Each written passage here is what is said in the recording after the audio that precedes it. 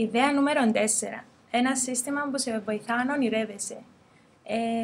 Θεωρώ πως το σύστημα τώρα δεν μας βοηθά να ονειρευόμαστε. Κόφκει μας τα φτερά μας, ενώ οι νέοι χρειάζονται φτερά και θέλουν να έχουν φτερά. Λυπηρό να βλέπω τους νέους να σταματούν να ονειρεύονται, να θέλουν ένα καλύτερο μέλλον για τους ίδιους και για τις γενιές που έρχονται, γιατί οι άλλοι μεγάλοι κόφκουν τους τα όνειρά τους.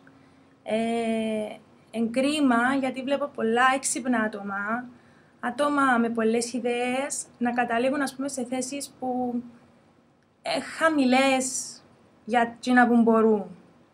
Επειδή έτσι πρέπει, έτσι τους λέει το σύστημα.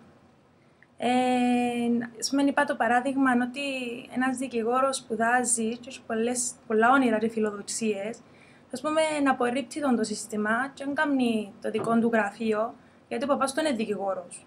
Ή γιατί δεν έχει τα λεφτά να ανοίξει ένα δικό του γραφείο.